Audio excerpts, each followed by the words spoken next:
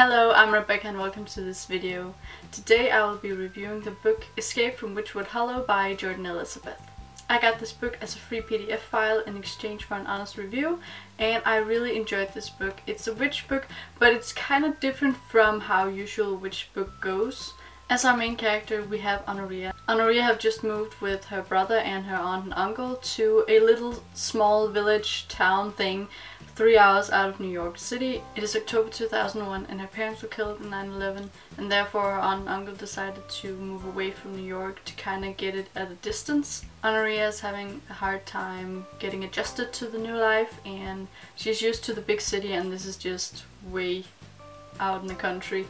A couple of girls from school kind of dare her to go into the woods, and they think that the wood is haunted, and it's kind of like this coming of age thing that they dare each other to go into the woods and see who can walk in furthest. And yeah, everyone kind of believes that there's this witch except Honoria and her family, because they've just moved there and they're like, no, of course there aren't a witch and of course there aren't ghosts. But Honoria walks into the woods and she kind of feels something, and she kind of starts to believe that perhaps there is something strange about these woods. And she starts talking to this guy at school, and he is very interested in history and stuff like that, so they try to investigate this together and try to figure out what has happened and why people believe that there's a ghost.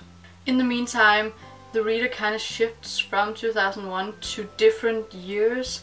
The first one is in the 1600s, and it's about this lady who killed someone and ran into the woods, and everyone thinks that she's a witch. And then there's also in the 1800s, where a girl from England moves to the city and she doesn't believe that there's a witch in the woods, so she kind of just decides that she's gonna take a shortcut through the woods, but then she can't get out, and she meets people in the woods and they all have a different perception of when they got lost, and they all feel like they've just gotten lost like a couple of days ago, but they all say different time periods, so they start to believe that perhaps there's something about this witch that is true and that they can't get out.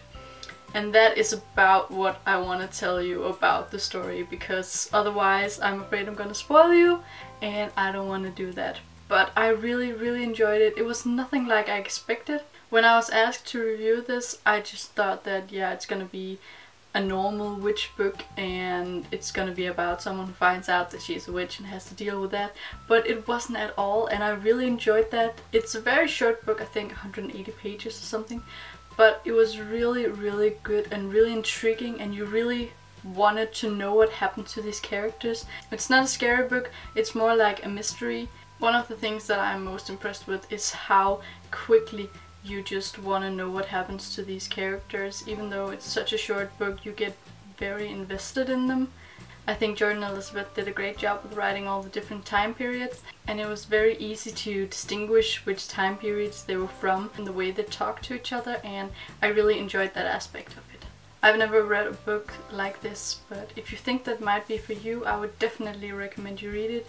And please, if you have read it, talk to me about it in the comments, because I haven't really seen anyone who has read this and I really want to talk about it. So yeah.